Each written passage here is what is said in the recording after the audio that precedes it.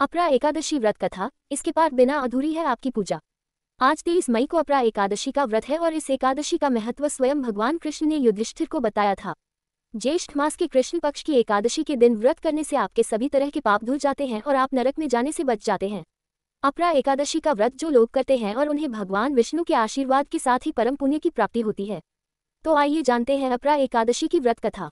भगवान श्री कृष्ण बोले, राजन, तुमने संपूर्ण लोगों के हित के लिए बहुत उत्तम बात पूछी है। राजेंद्र, इस एकादशी का नाम अपरा है। ये बहुत पुण्य प्रदान करने वाली और बड़े बड़े पातकों का नाश करने वाली है। ब्रह्महत्या से दबा हुआ, गोत्र की हत्या करने वाला, गर्भस्थ बालक को मारने वाला, परनिंदक तथा परस्त्रीलिंगपत पुरुष भी अपरा एकादशी के सेवन से निश्चय ही पाप रहित हो जाता है।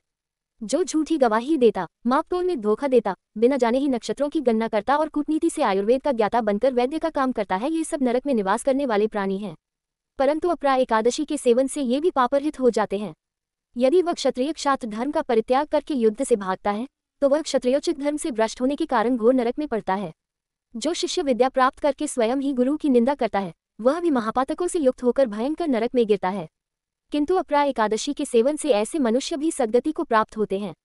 माघ में जब सूर्य मकर राशि पर स्थित हो उस समय प्रयाग में स्नान करने वाले मनुष्यों को जो पुण्य होता है, काशी में शिवरात्रि का व्रत करने से जो पुण्य प्राप्त होता है, गया में पिंडदान करके पितरों को तृप्ति प्रदान करने वाला पुरुष जिस पुण्य का भागी होता है, बृहस्पति की सिंह राशि पर स्थित होने पर गोदावरी में स्नान करने वाला मानव जिस फल को प्राप्त करता है, बदरिकाश्रम की यात्रा के समय भगवान केदार के दर्शन से तथा बदरी तीर्थ के सेवन से जो पुण्य फल उपलब्ध होता है, तथा सूर्यग्रहण के समय कुरुक्षेत्र में दक्षिणा सहित यज्ञ करके हाथी, घोड़ा और सुवर्ण दान करने से जिस फल की प्राप्ति होती है, अपरा एकादशी के सेवन से भी मनुष्य वैसे ही फल प्राप्त करता है।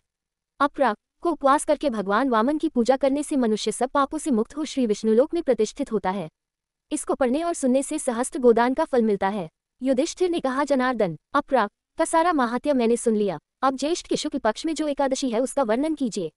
भगवान श्री कृष्ण बोले, राजन, इसका वर्णन परम धर्मात्मा सत्यवती नंदन व्यास जी करेंगे, क्योंकि ये संपूर्ण शास्त्रों के तत्वज्ञ और वेद वेदांगों के पारंगत विद्वान हैं।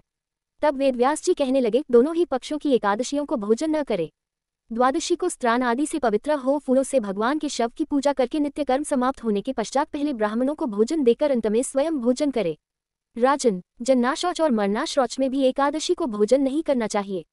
ये सुनकर भीमसेन बोले, परम बुद्धिमान पितामह, मेरी उत्तम बात सुनिए। राजा युधिष्ठिर, माता न कुंती, द्रौपदी, अर्जुन, नकुल और सहदेव ये एकादशी को कभी भोजन नहीं करते तथा मुझसे भी न हमेशा यही कहते हैं कि भीमसेन, तुम भी एकादशी को न खाया करो।